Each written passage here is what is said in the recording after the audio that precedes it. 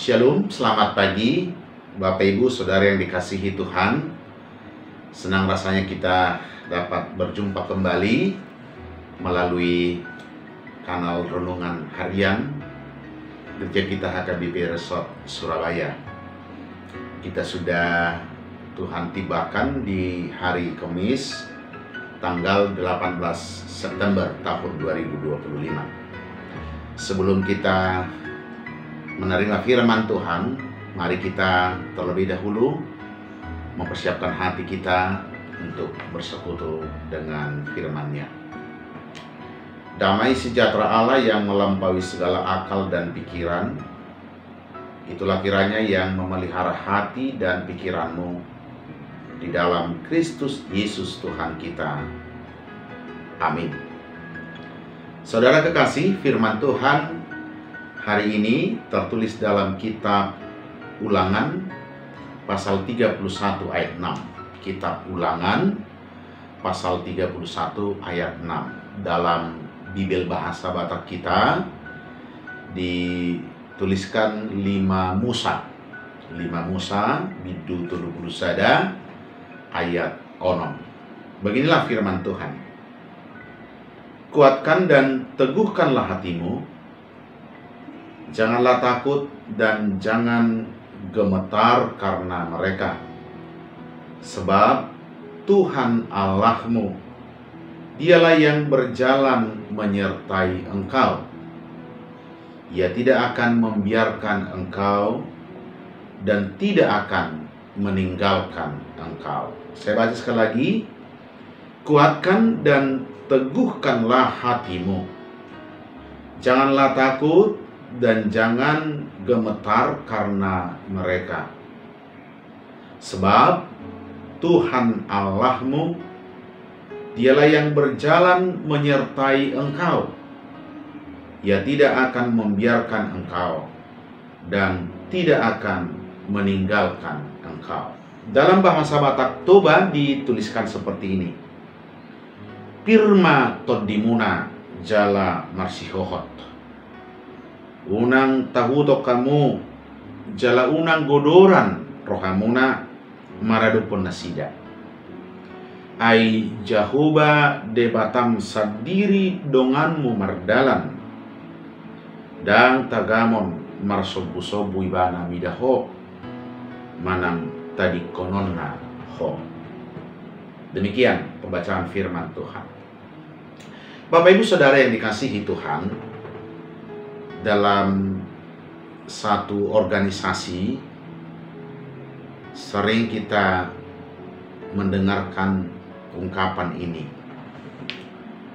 Seorang pemimpin yang berhasil adalah ketika dia mampu mempersiapkan pemimpin kelak setelah kepemimpinannya berakhir.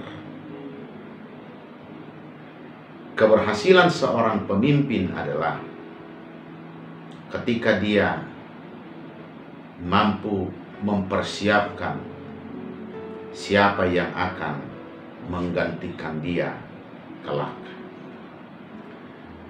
Nah, dalam satu organisasi, ungkapan ini sangat penting,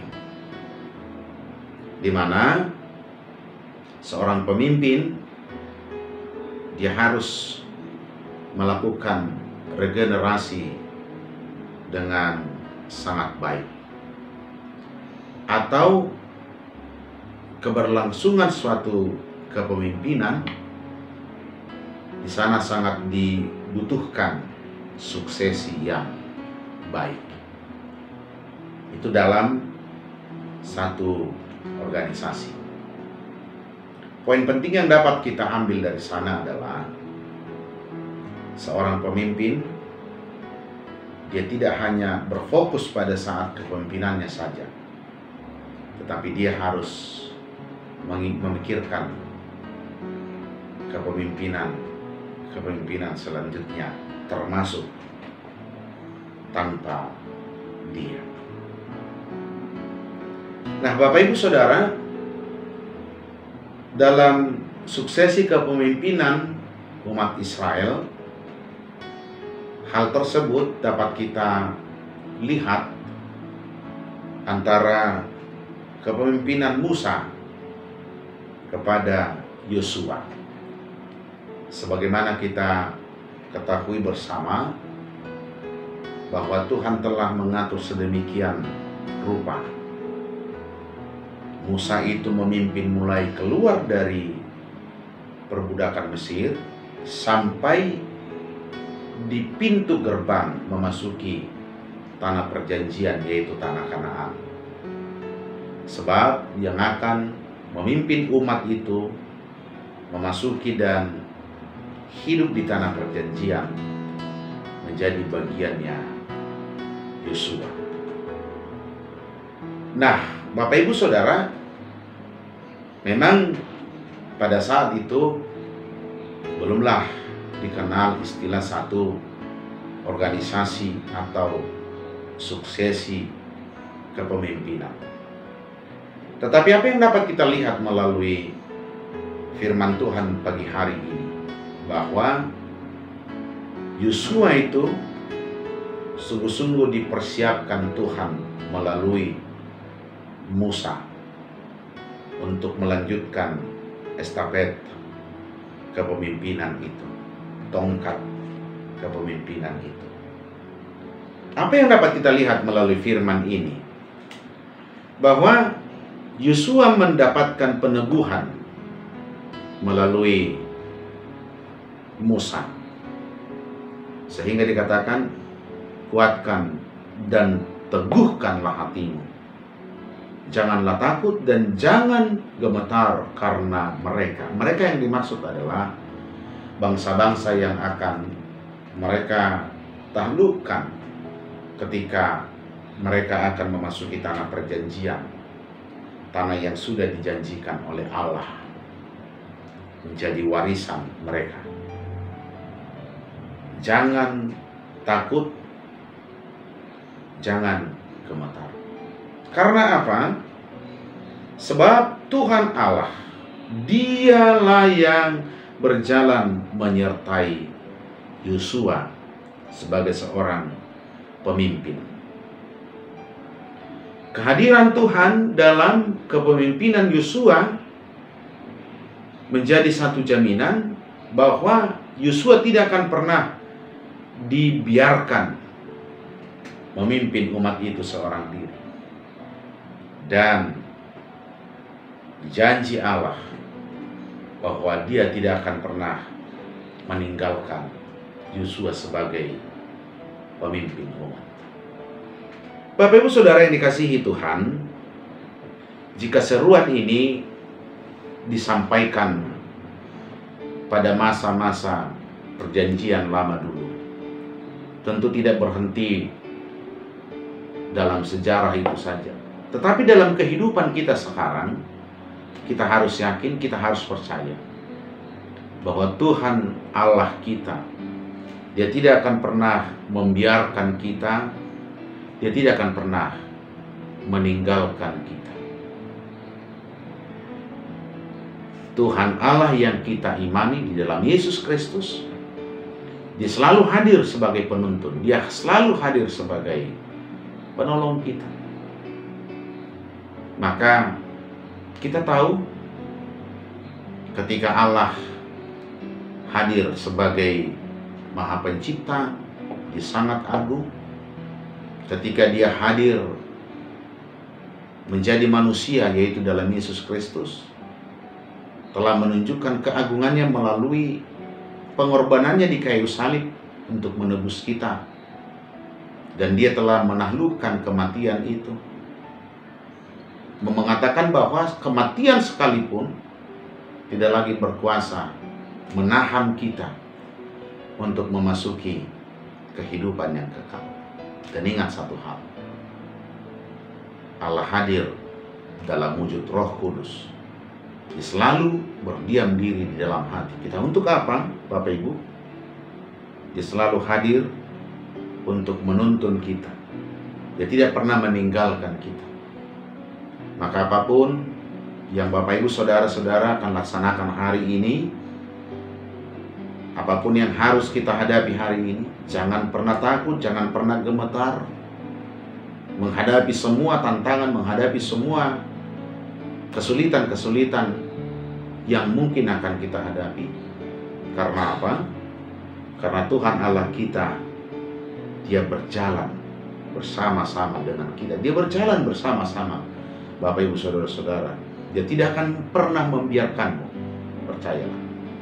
Dia tidak akan pernah membiarkanmu berjalan seorang diri, berjuang seorang diri. Dia tidak akan pernah membiarkan dan meninggalkan. Dia ada berjalan di depanmu. Mari kita menjalani hari-hari ini dengan keyakinan yang kuat, iman yang teguh, bahwa kita tidak pernah berjalan menghadapi semua tantangan hidup seorang diri. Allah hadir bersama-sama dengan kita. Amin, kita berdoa. Terima kasih Tuhan untuk firman-Mu hari ini, menguatkan, meneguhkan kami bahwa setiap perjalanan yang harus kami lalui, kami sedang menuju perjanjian-perjanjian Allah, yaitu kehidupan yang lebih baik dari kehidupan kami yang lampau. Menuju kehidupan yang baru itu, kami harus menaklukkan banyak hambatan, banyak tantangan yang ada di hadapan kami. Dan untuk menghadapi itu pun kami tidak boleh takut, kami tidak boleh ragu-ragu, sebab Tuhan berjalan di depan kami. Tuhan tidak pernah membiarkan kami, Tuhan tidak pernah meninggalkan kami, sekalipun kami lemah, mudah jatuh ke dalam dosa.